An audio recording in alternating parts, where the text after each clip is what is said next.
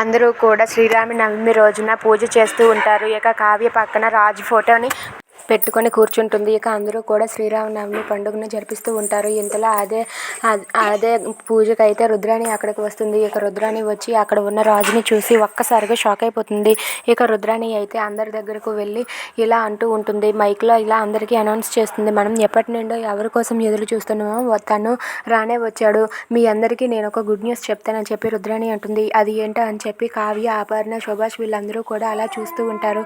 ఇక అక్కడ ఉన్న రుద్రాణి అయితే ఇలా అంటూ ఉంటుంది.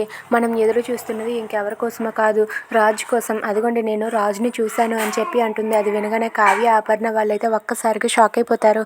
ఇక అక్కడ ఉన్న రుద్రాణి అయితే రాజు ఎక్కడో లేడు, ఇదిగోండి ఇక్కడే ఉన్నాడు, అదిగోండి అంటూ అక్కడ ఉన్న రాజుని చూపిస్తుంది. అది చూసి కావ్య, అపర్ణ, సుభాష్, తాతయ్య, బామ్మ వీళ్ళందరూ కూడా ఒక్కసారిగా షాక్ అయ్యి అలా ఉండిపోతారు. ఇక అక్కడ రాజు అయితే ఏమీ తెలియనట్టుగా అక్కడే అలా కూర్చొని ఉంటాడు. ఇక రాజుకి తనకి గతం గుర్తులేక తనైతే వాళ్ళందరినీ కూడా అదొక రకంగా చూస్తూ ఉంటాడు. ఇక అపర్ణ అయితే పరిగెత్తుకుంటూ రాజు దగ్గరికి వెళ్ళి నాన్న రాజు అంటూ వెళ్ళి రాజుని పలకరిస్తూ ఉంటుంది. అది చూసి రాజు అయితే ఒక్కసారిగా షాక్ అవుతాడు. ఎవరు మీరంతా అని చెప్పి అంటాడు. ఇక ఆ మాట వినగానే అపర్ణ ఒక్కసారిగా షాక్ అయ్యి అలా ఉండిపోతుంది.